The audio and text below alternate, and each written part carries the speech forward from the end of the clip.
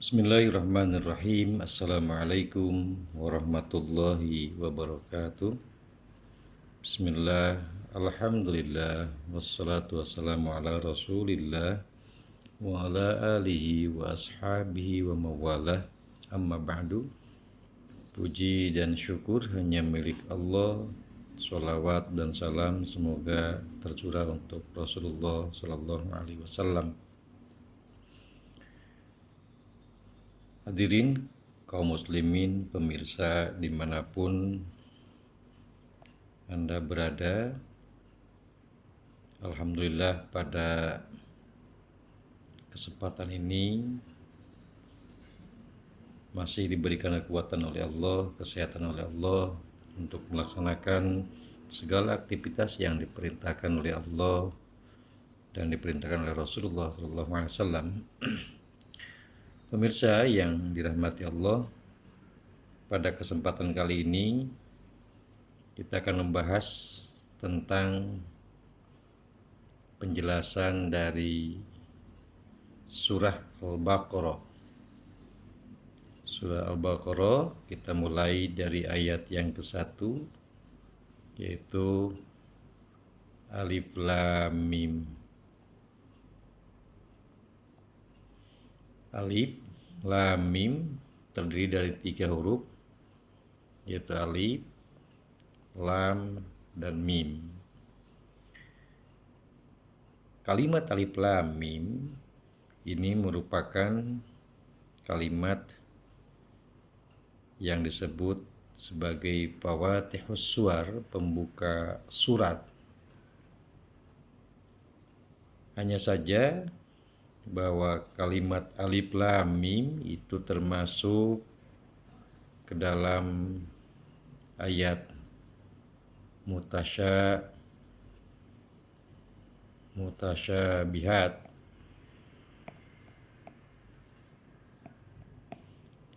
Itu tergolong ke dalam kalimat mutasyabihat. Kalimat mutasyabihat ini merupakan kalimat yang tidak bisa dimaknai secara bebas dan akan lebih aman kalau makna dari Alif Lam Mim itu hanya Allah yang tahu.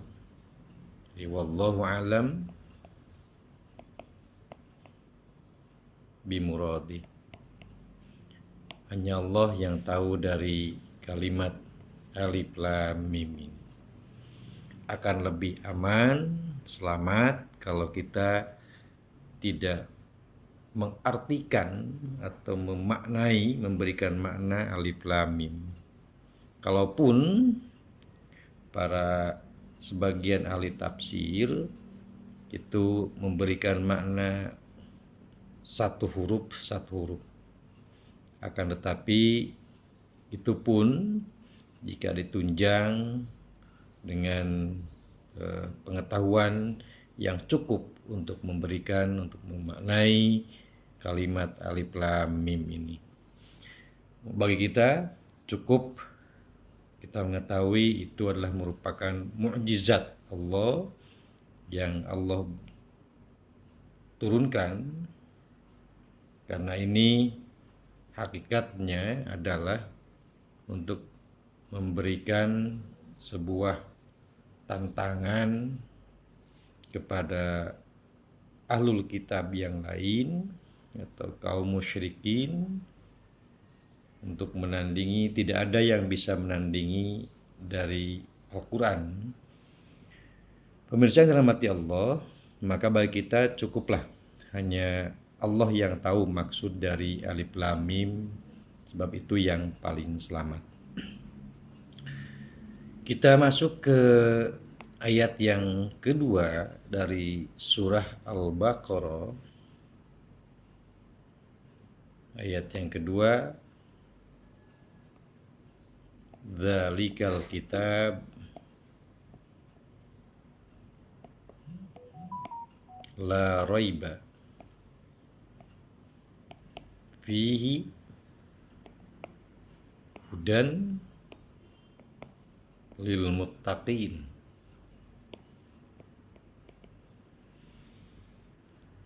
Dzalika, itulah,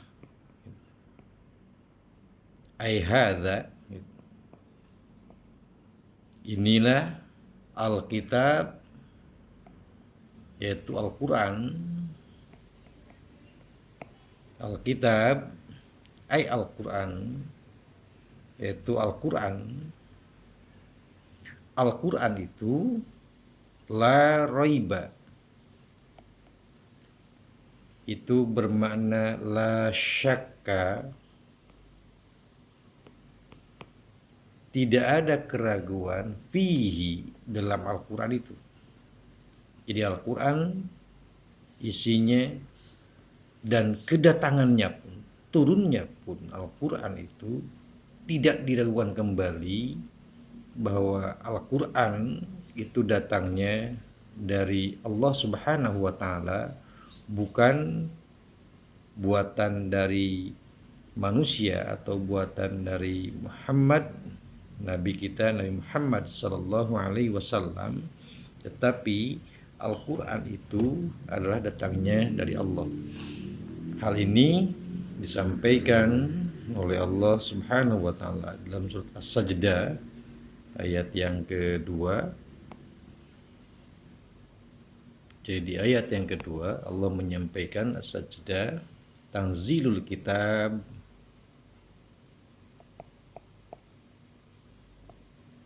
tanzilul kitab la raiba fi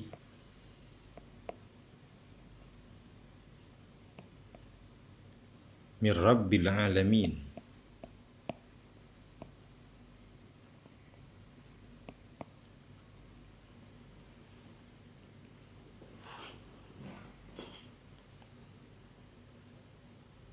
Bahwa Al-Quran itu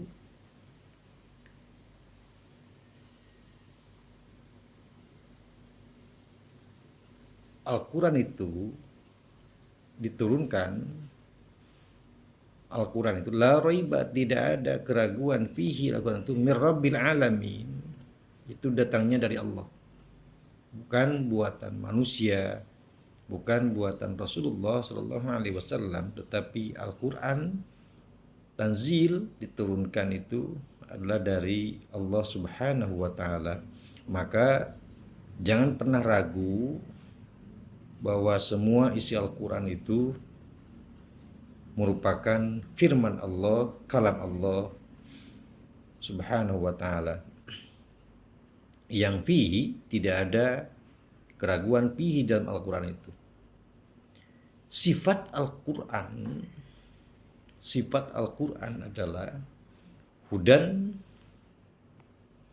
Jadi Al-Quran itu hudan,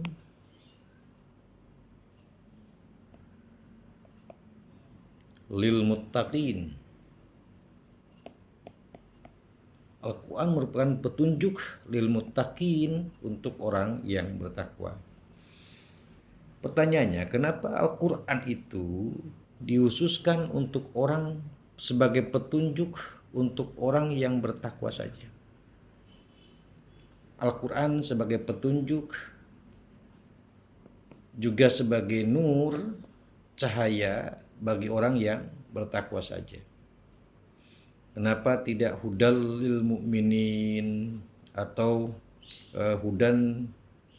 Al-Quran itu merupakan petunjuk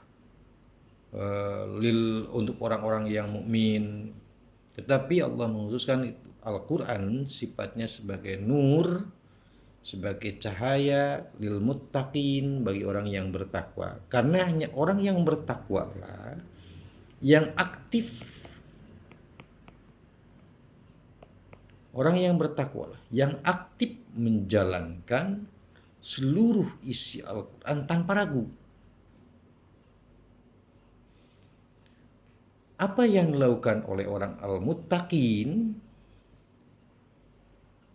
sehingga dia merasa tidak ragu lagi, kemudian aktif menjalankan apa yang diperintahkan, apa yang ditunjukkan oleh Al-Quran, Sehingga di ayat yang berikutnya, di ayat ketiga, Allah menyampaikan bahwa sifat dan keaktifan orang-orang yang bertakwa itu adalah alladzina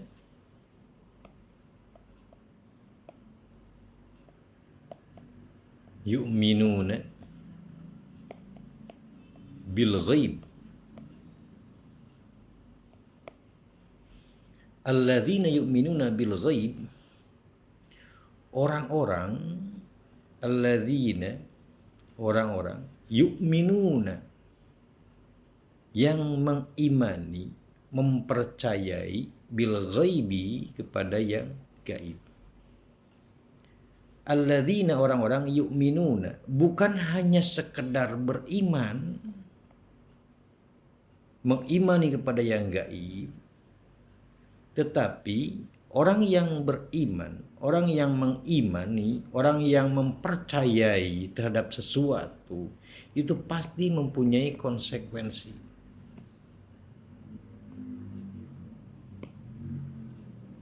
Maka ketika meyakini al-bil ghaib, yang gaib, siapa yang gaib itu? Yang gaib itu adalah Allah, malaikat. Allah, malaikat, itulah yang gaib. Jadi bukan hanya sekedar meyakini, membenarkan akan adanya Allah yang gaib, akan adanya malaikat, tetapi ketika orang sudah meyakini, membenarkan adanya Allah dan malaikat sebagai sesuatu yang gaib, itu ada konsekuensi bagi orang yang mempercayai, membenarkan akan adanya Allah dan malaikat. Ada konsekuensi yakin Allah itu adalah Tuhan kita. Maka kalau yakin dengan yang gaib itu Allah, maka seluruh, bukan hanya sekedar meyakini, tetapi ada konsekuensi menjalankan semua perintah Allah dan menjauhi larangan Allah. Konsekuensi keaktifan orang-orang yang bertakwa itu bukan hanya sekedar meyakini dalam hati, membenarkan dalam hati akan adanya yang gaib, tetapi mempunyai konsekuensi. Dia bukan hanya sekedar percaya, tetapi merasa takut juga dengan adanya yang gaib itu Allah, sehingga dia harus menjalankan seluruh perintah Allah dan harus meninggalkan seluruh larangan Allah. Banyak orang yang percaya dengan yang gaib. Banyak orang yang percaya bahwa Allah itu ada, tetapi tidak diaplikasikan, tidak mempunyai konsekuensi untuk menjalankan seluruh perintah Allah, juga tidak punya konsekuensi untuk menjauhi seluruh larangan Allah. Hanya cukup meyakini, padahal tidak cukup meyakini saja, tidak cukup mengimani saja, percaya dalam hati saja, tidak cukup membenarkan saja, tetapi bagaimana bukti pembenaran itu? Nah, bukti pembenaran itu adalah dengan menjalankan seluruh perintah Allah dan meninggalkan seluruh larangan Allah Subhanahu wa taala.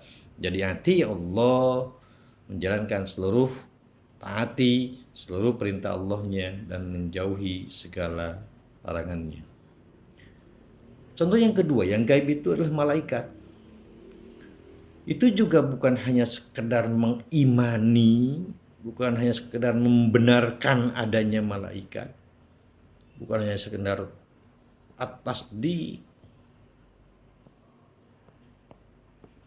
bukan hanya sekedar membenarkan, tetapi juga harus dibuktikan bagaimana membenarkan adanya malaikat sebagai makhluk yang gaib. Kalau kita memahami dan kita sudah mempelajari bahwa ada malaikat pencatat kebaikan, ada malaikat pencatat keburukan, maka bentuk pembuktian, pembenaran adanya malaikat sebagai makhluk gaib dan sebagai suruhan Allah, konsekuensinya adalah merasa takut ketika berbuat salah karena akan dicatat oleh malaikat. Begitupun seharusnya kalau meyakini adanya malaikat, membenarkan adanya malaikat, maka bentuk pembuktiannya adalah dengan berlomba-lomba melakukan seluruh kebaikan. Berlomba-lomba melakukan seluruh kebaikan karena kita memahami bahwa adanya malaikat yang mencatat amal baik itu. Nah, ini yang seringkali dilupakan oleh kita semua, bahwa kita yakin akan adanya malaikat tetapi kita masih gemar berbuat salah, gemar melakukan dosa, padahal kita tahu. Jadi suka melakukan salah, dosa, maksiat, padahal kita tahu adanya malaikat. Dan kita tahu adanya malaikat yang mencatat amal baik. Kita tahu ada malaikat mencatat amal buruk.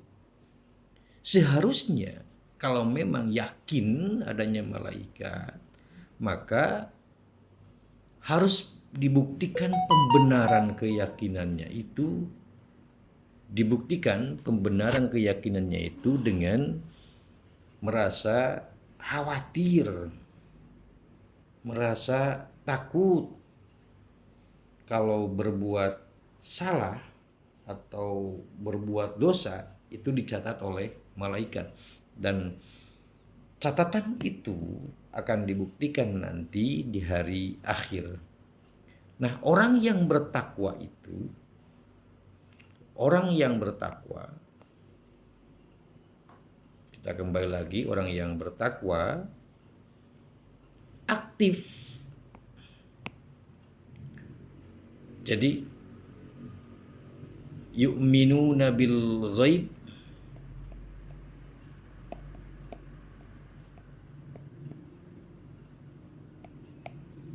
orang yang bertakwa bukan hanya sekedar mengimani, bukan hanya sekedar membenarkan dalam hati, tetapi sifatnya orang yang bertakwa aktif menjalankan seluruh perintah yang gaib dari Allah. Menjalankan perintah Allah,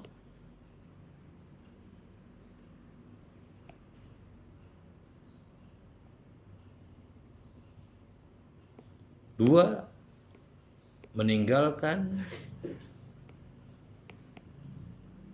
larangan Allah. Karena orang yang bertakwa tahu bahwa Allah itu ada, tetapi gaib, tidak bisa dilihat oleh mata kasat kita. Dan orang yang bertakwa juga, yang gaib itu malaikat. Orang yang bertakwa itu merasa hati-hati. Hati-hati dalam ucapan, khawatir ucapannya itu ucapan yang salah sehingga dicatat oleh malaikat sebagai suatu ucapan yang salah dan dosa. Berhati-hati dalam tindakan, perilaku, khawatir bahwa tindakannya, perilakunya itu adalah menimbulkan perbuatan dosa sehingga akan dicatat oleh malaikat sebagai perbuatan dosa, dan itu akan dibuktikan nanti di hari akhir. Itulah yang keaktifan orang-orang yang bertakwa ketika mengimani, meyakini yang gaib. Sehingga kalau orang-orang yang bertakwa aktif mengimani dengan cara menjalankan semua perintah Allah, meninggalkan larangan Allah, hati-hati dalam berucap, takut berbuat salah, berbuat dosa, gemar melakukan kebaikan, hati-hati dalam tindakan dan perilakunya, jangan-jangan perilaku dan tindakannya itu menimbulkan perbuatan dosa sehingga dicatat oleh malaikat sebagai perbuatan dosa. Nah, keaktifan inilah kemudian Al-Quran itu selalu hudan, menjadi nur, cahaya yang menerangi orang-orang yang bertakwa. Ini juga disampaikan oleh Allah Subhanahu wa taala di dalam surat Al-Hadid ayat yang ke-28.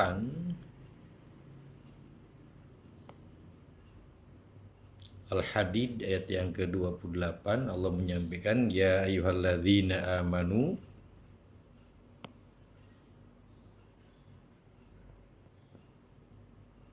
ya ayyuhalladzina amanu, wahai orang yang beriman, tentu saja mengimani Allah. Beriman, orang yang beriman kepada Allah, orang yang beriman kepada yang gaib. Ittaqullah,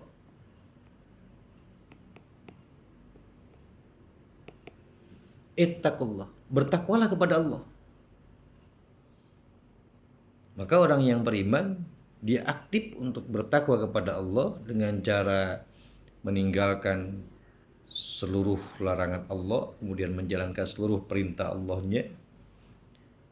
Di ayat ini Allah memerintahkan yang pertama, beriman, orang yang beriman untuk bertakwa kepada Allah, wa aminu bi rasulih, dan wa aminu bi rasuli, untuk beriman kepada Rasul Allah. Maka kalau orang yang beriman ini bertakwa kepada Allah dan mengimani Rasulullah, maka Allah akan memberikan balasannya, yu'tikum kiflaini, Allah akan berikan kiflaini, dua bagian, dua kali lipat, min rahmati, dari rahmat Allah. Nah, yang kedua, wa yaj'al lakum, kata Allah, wa yaj'al lakum, Allah akan menjadikan lakum bagi kalian itu nuron tamsyu nabi,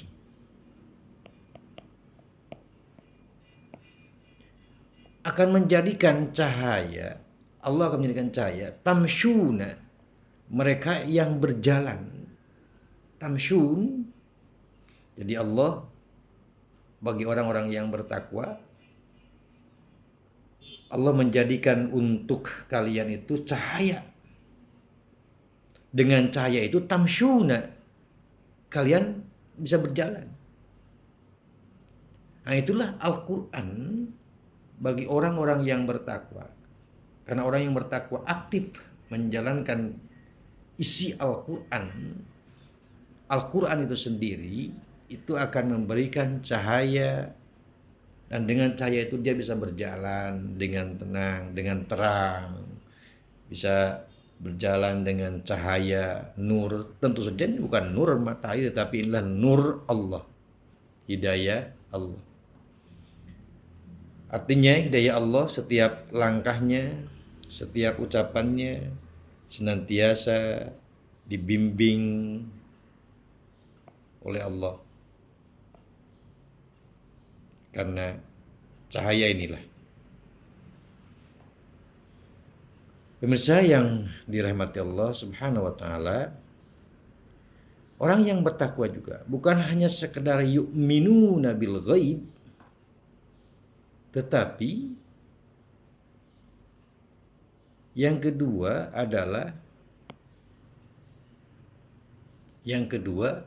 wa yuqimunas shalah. Wa yuqimunas shalah. Mendirikan sholat. Ingat, yuqimu asalnya dari qoma, berdiri. Yuqimunas shalah. Dia mendirikan sholat. Bukan fa'ala. Kalau fa'ala artinya mengerjakan. Mengerjakan. Bukan mengerjakan sholat, tetapi mendirikan sholat. Orang yang yuqimunas sholat, mendirikan sholat, itu artinya satu, dia menyempurnakan wudunya. Menyempurnakan wudu.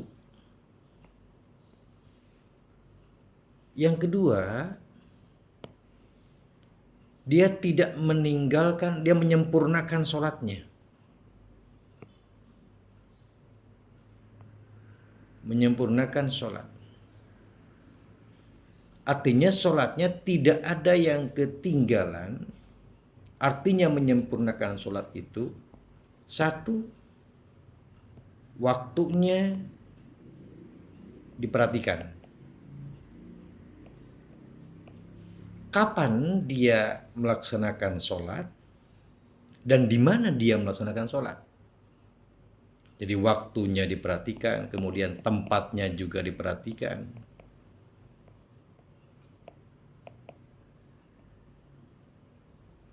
Kapan waktu yang paling utama? Waktu yang paling utama di awal waktu sholat. Dia senantiasa sholat di awal waktu.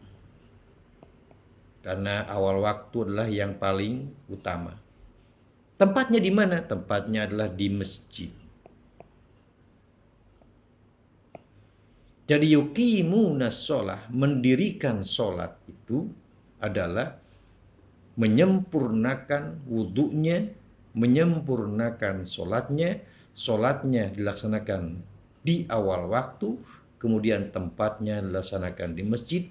Dan yang ketiga itu selalu mengutamakan untuk berjamaah.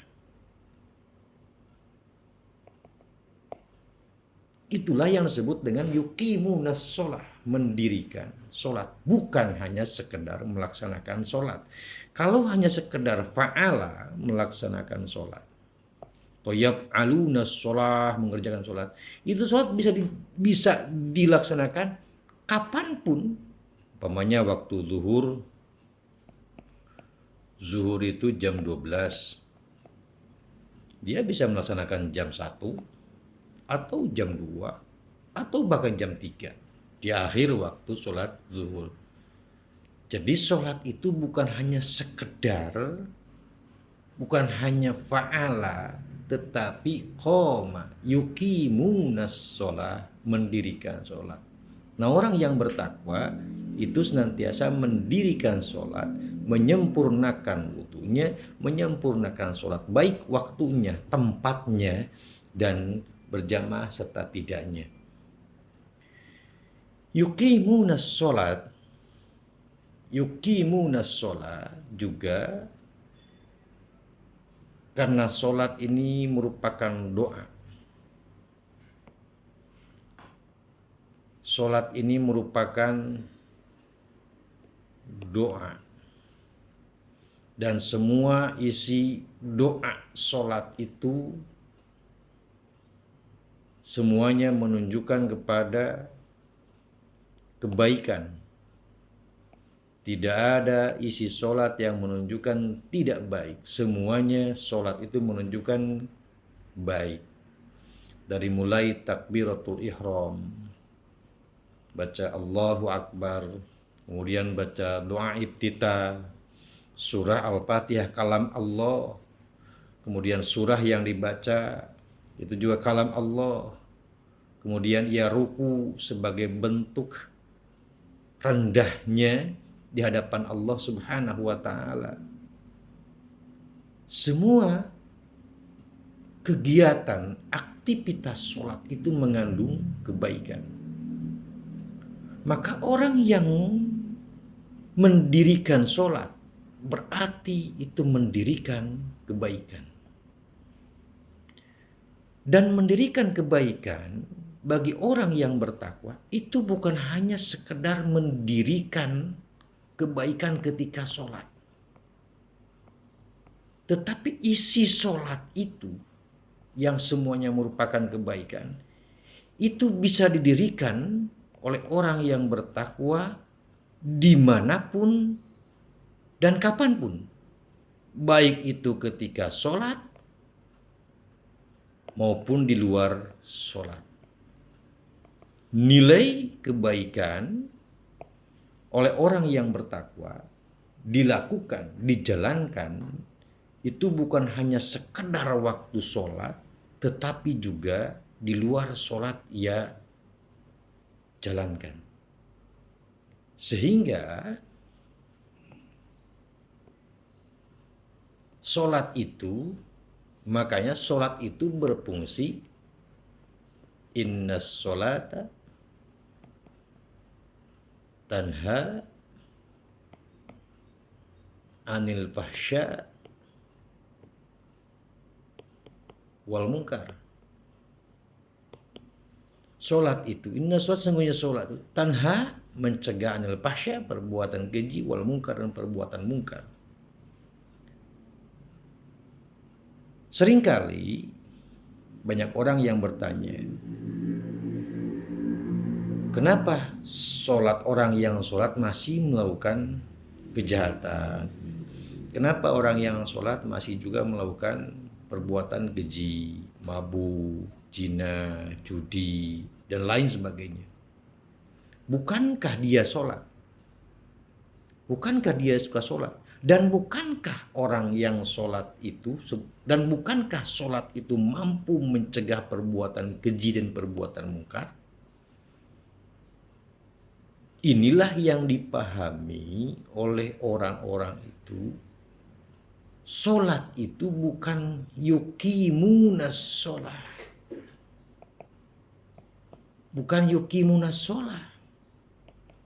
Tetapi mereka hanya baru bisa yaf'alunas sholat. Mereka hanya baru bisa mengerjakan sholat.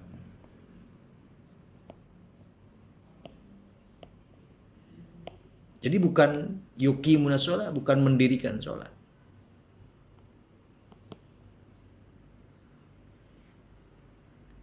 Seharusnya dia mendirikan sholat. Maka kalau orang mampu mendirikan sholat, sholat akan berfungsi seperti innas sholata tanha anil fahsya'i wal munkar. Kalau begitu berarti orang yang sekedar melaksanakan sholat, dia tidak akan melahirkan ini. Tidak akan melahirkan sholatnya mampu mencegah perbuatan keji dan mampu mencegah perbuatan mungkar. Karena dia hanya sekedar sholat. Wudunya tidak disempurnakan, kemudian sholatnya juga, waktu sholatnya juga kapan saja dia semaunya dan di mana saja semaunya, sehingga tidak akan mampu melahirkan sholat yang mampu mencegah perbuatan keji dan perbuatan mungkar.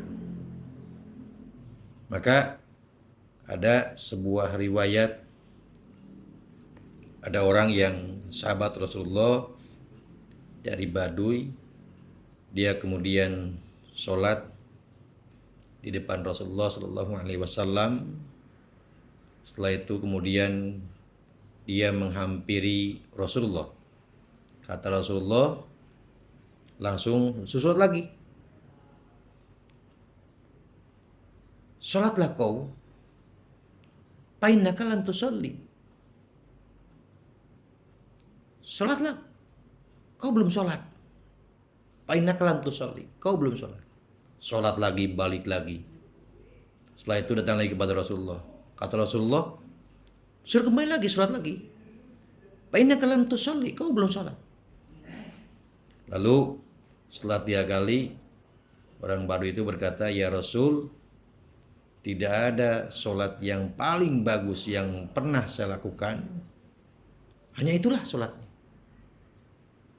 Maka apa yang disampaikan Rasulullah, sujudlah, rukulah kemudian tumanina, sujudlah kemudian tumainah dalam sujudnya. Artinya ada rukun sholat yang ditinggalkan, sholatnya tidak sempurna. Rukun sholat ada yang ditinggalkan, jadi sholatnya terburu-buru sehingga rukun yang lain ketinggalan. Apa yang ketinggalan? Tumaninah. Tumaninah.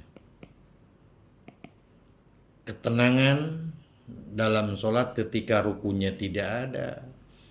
Ketenangan dalam sujudnya juga tidak ada. Sehingga orang yang menghilangkan tumaninah itu disebut orang belum sholat. Maka kalau orang yang belum sholat, kalau orang yang dikatakan oleh orang lain dia suka sholat, dia hanya baru bisa mengerjakan sholat tetapi tidak memperhatikan rukun-rukun sholatnya, sehingga sholatnya tidak sempurna. Yang dikatakan oleh Rasulullah SAW bahwa orang seperti itu memang belum sholat. Fa innaka lam tusalli, engkau belum sholat. Sehingga wajar jika tidak bisa menghadirkan innas sholata, jadi tidak bisa menghadirkan innas sholata tanha anil fahsya'i wal munkar.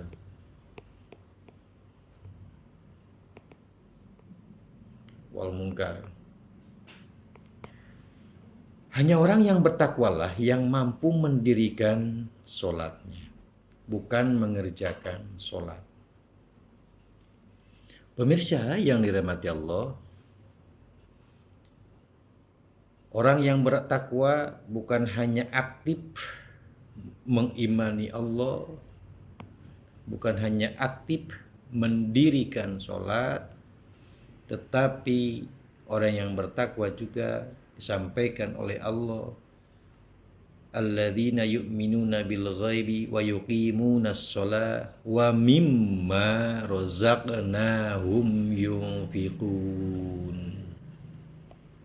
Wa mimma razaqnahum yunfiqun. Wa mimma razaqnahum, dan dari sebagian rizki yang diberikan kepada mereka, yunfikun, mereka menafkahkannya. Allah tidak menyuruh banyak untuk menafkahkan dari harta yang diberikan oleh Allah. Pertama, tidak banyak. Jadi yang pertama, tidak banyak Allah menyuruh untuk menginfakkan. Yang kedua, sadari bahwa rizki itu adalah pemberian Allah. Rizki itu adalah pemberian Allah, amanah dari Allah kepada seseorang. Min malillah, itu dari harta Allah. Bukan harta yang dimiliki murni sebagai milik seseorang dengan hasil usahanya, tetapi itu adalah merupakan karunia Allah yang diberikan sengaja kepada hamba Allah. Dan hamba Allah dan orang yang bertakwa menyadari bahwa itu adalah min malillah, dari harta Allah, berbentuk karunia Allah yang diberikan kepadanya, maka orang yang bertakwa mampu wa mimma razaqnahum, apa yang dirizkikan, apa yang diberikan oleh kami, kata Allah kepada mereka, yunfikun, mereka menafkahkannya. Itu pun tidak seluruhnya. Wa minma, dari sebagian rizki yang diberikan oleh Allah, yunfikun, mereka menafkahkan. Dan bahkan bukan hanya sekedar menafkahkan orang yang bertakwa itu, Orang tak bertakwa itu dia berpikir bahwa tidak ada waktu luang kecuali dia menafkahkan hartanya. Karena ia menyadari dari firman Allah yang lain, Allah sampaikan, wasari'u ila maghfiratin mir rabbikum wa jannatin arduhas samawati wal ard wa jannatun arduhas samawati wal ard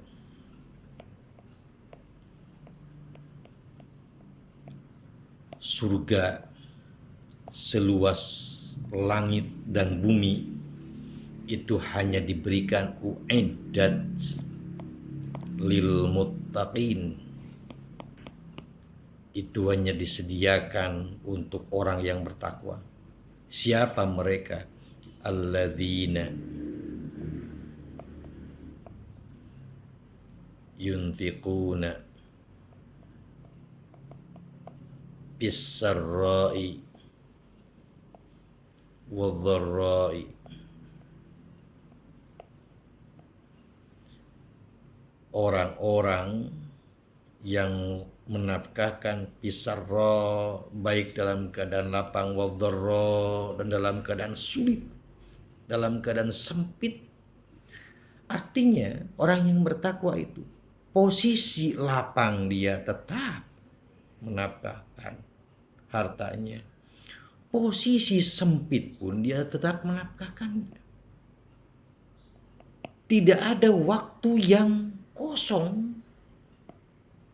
Tidak ada waktu yang kosong kecuali untuk menafkahkannya. Artinya, menafkahkan harta bagi orang yang bertakwa itu adalah bisa dikatakan setiap saat, bisa dikatakan. Jadi, kalau orang yang bertakwa menafkahkan hartanya itu, satu, menafkahkan harta bisa setiap saat. Ini diambil dari alladzina yunfiquna bis-sarra wadh-dharra. Orang-orang yang menafkahkan hartanya pisar dalam keadaan lapang, wadharra dalam keadaan sempit.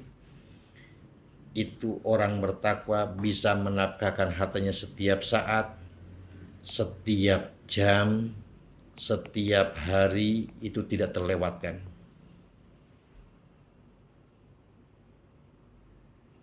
Itulah keaktifan orang-orang yang bertakwa, karena menyadari bahwa Al-Quran itu hudan, dan tidak ada keraguan bahwa Al-Quran itu adalah mir rabbil alamin, tanzil kitab la raiba fihi mir rabbil alamin. Al-Quran itu tidak ada keraguan datangnya dari Allah Subhanahu wa taala, yang tentu saja orang yang bertakwa ini tidak ragu lagi dalam menjalankan semua isi Al-Quran. Yunfikuna alladzina, jadi yang pertama tadi alladzina yu'minuna bil ghaib, yang kedua wa yuqimunas shalah, yang ketiga wa mimma razaqnahum yunfikun. Yang keempat, keaktifan orang yang bertakwa itu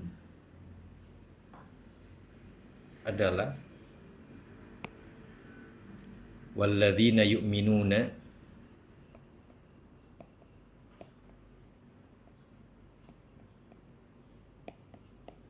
bima unzila ilaik walladzina yu'minuna bima unzila ilaika wa ma unzila min qablik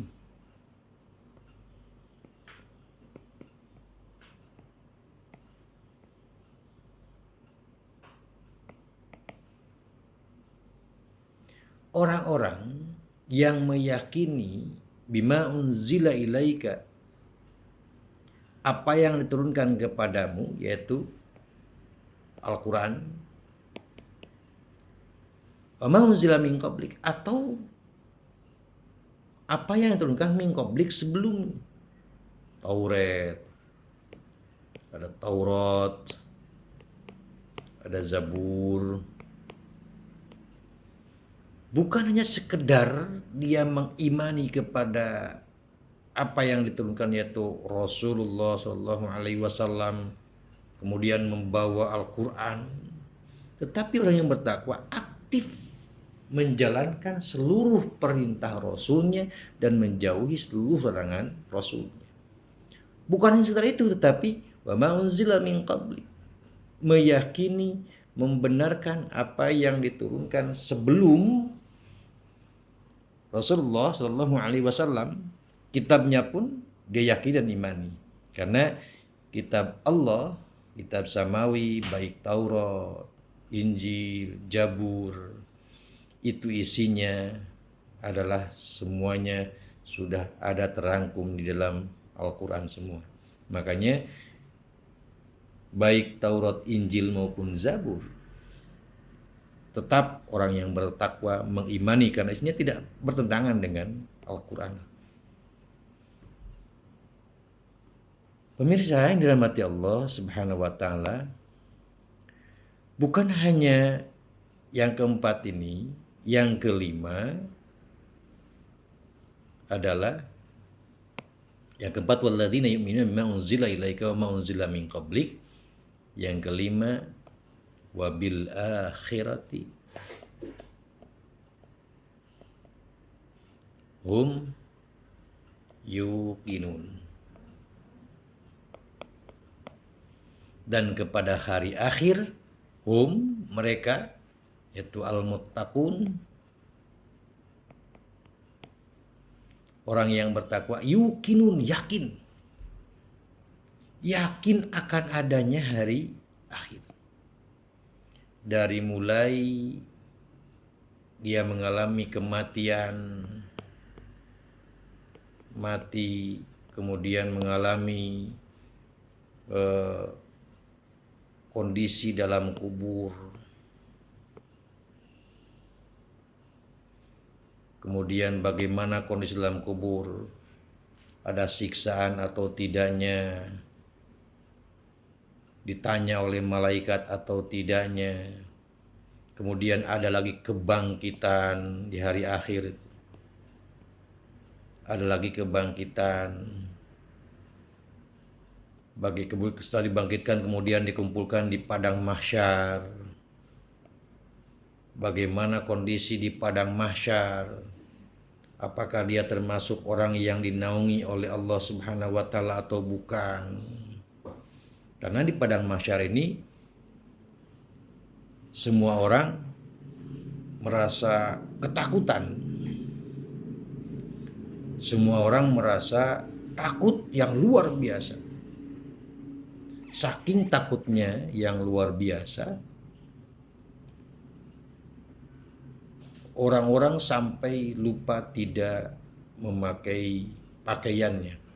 Sehingga Aisyah radhiyallahu anha kemudian bertanya kepada Rasulullah, "Ya Rasul, kalau seandainya nanti di padang mahsyar semua orang tidak pakai baju, kemudian satu dengan yang lainnya nanti saling melihat." Rasulullah menjawab sambil tersenyum, kata Rasulullah, "Ya Humairah, jangankan orang memikirkan orang lain, memikirkan diri sendirinya pun merasa berat. Sehingga mereka tidak akan mampu melihat orang lain. Karena melihat diri sendirinya pun dia merasa berat. Karena ketakutan yang luar biasa, kekhawatiran yang luar biasa. Bahkan di padang mahsyar ini kemudian ada sebagian orang yang ditenggelamkan dengan keringatnya. Ada juga yang mendapatkan naungan dari Allah Subhanahu wa Ta'ala, sebagaimana disampaikan oleh Rasulullah sallallahu alaihi wasallam, sab'atun yudilluhumullahu yauma la dilla illa dillu. Jadi ada 7 golongan. Di antaranya adalah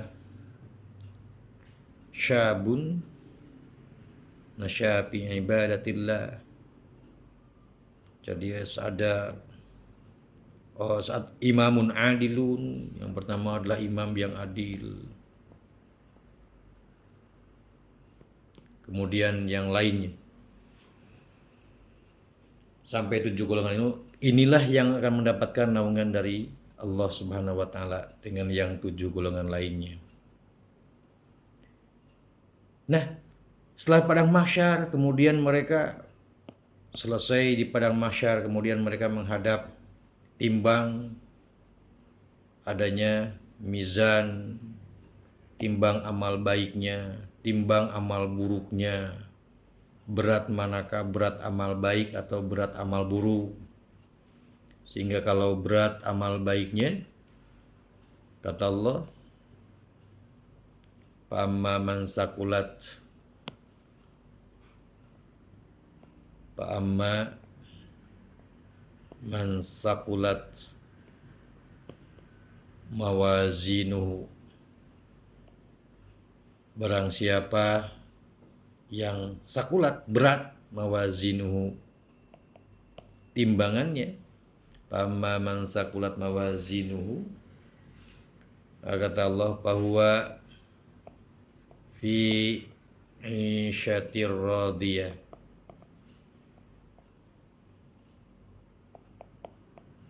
dia berada dalam isyah, kehidupan radiyah yang puas, yang diridhoi oleh Allah Subhanahu wa taala. Maka ketika dia ditimbang, berat timbangannya adalah berat pada kebaikan, maka Allah akan menempatkannya dia dalam kehidupan yang sangat memuaskan, sangat menyenangkan karena mendapatkan kehidupan yang diridhoi oleh Allah Subhanahu wa taala. Tapi kebalikannya, ketika hasil timbangannya, kata Allah, wa amma man khaffat, barang siapa yang ringan, mawazinuhu, timbangannya ringan, khaffat, ringan, maka kata Allah, fa ummuhu hawiyah, fa ummuhu hawiyah, hawiyah, dia akan lemparkan ke dalam neraka hawiyah. Kalau timbangan baiknya malah lebih ringan daripada timbangan buruknya. Nah, orang yang bertakwa selalu memperhatikan hidupnya ketika di dunia, karena suatu saat nanti dia meyakini akan adanya hari akhirat, akan adanya hari timbangan, ditimbang seluruh amal, baik itu amal ibadahnya maupun amal non ibadahnya. Orang yang bertakwa selalu berhati-hati. Makanya saya sampaikan sebelum, selalu berhati-hati dalam tindakan, dalam ucapan. Jangan sampai bahwa amal yang dibawa nanti untuk ditimbang itu lebih berat amal buruknya ketimbang amal baiknya. Setelah mizan, kemudian dia masuk ke dalam siratal mustaqim. Yang keenam, ada sirat. Setelah sirat dia akan mampu melewati atau tidak, masuknya kemana, akan tercebur dalam neraka atau tidak. Sampai penentuan dia masuk surga atau nerakanya. Itulah keyakinan orang yang bertakwa terhadap adanya hari akhirat. Nah, keaktifan mereka ini, orang yang bertakwa aktif, alladzina yu'minuna bil ghaib. Jadi yang pertama, iman kepada yang gaib, tentu dengan konsekuensinya.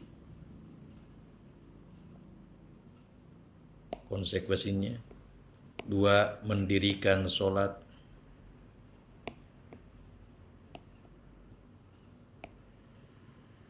Tiga, ingat ya, jadi bukan mengerjakan sholat, tetapi mendirikan sholat. Yang ketiga, menafkahkan sebagian hartanya,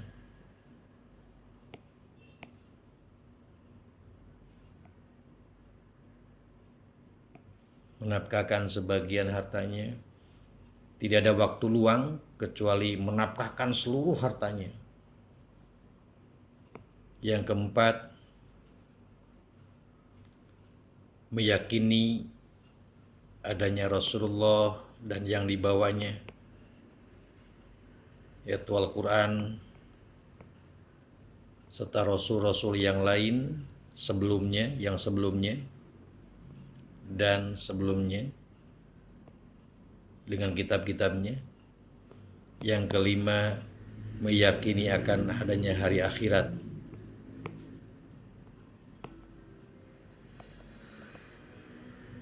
Maka di ayat yang selanjutnya kata Allah, ulaika ala hudam mir rabbihim. Ulaika ala hudam mir rabbihim wa ulaika humul muflihun.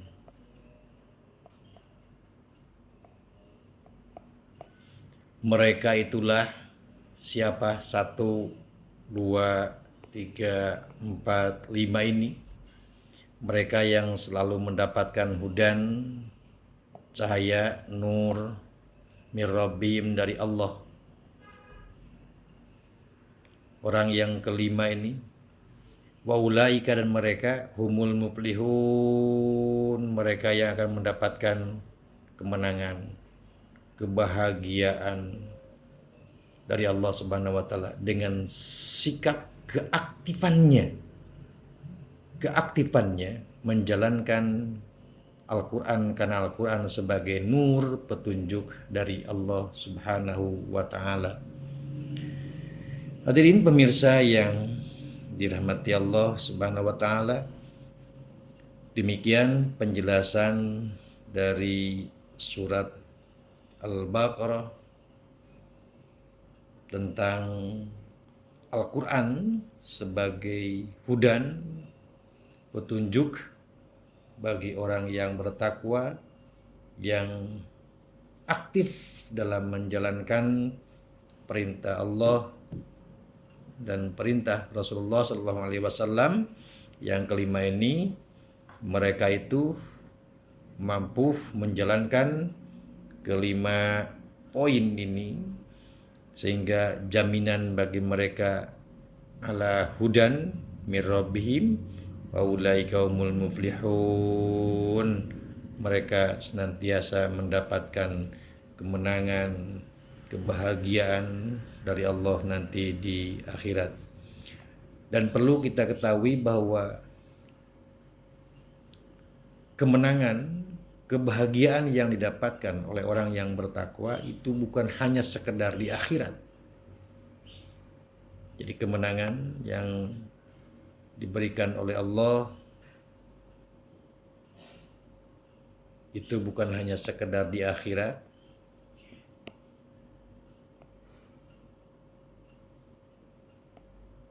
kemenangan itu bisa Allah berikan di dunia,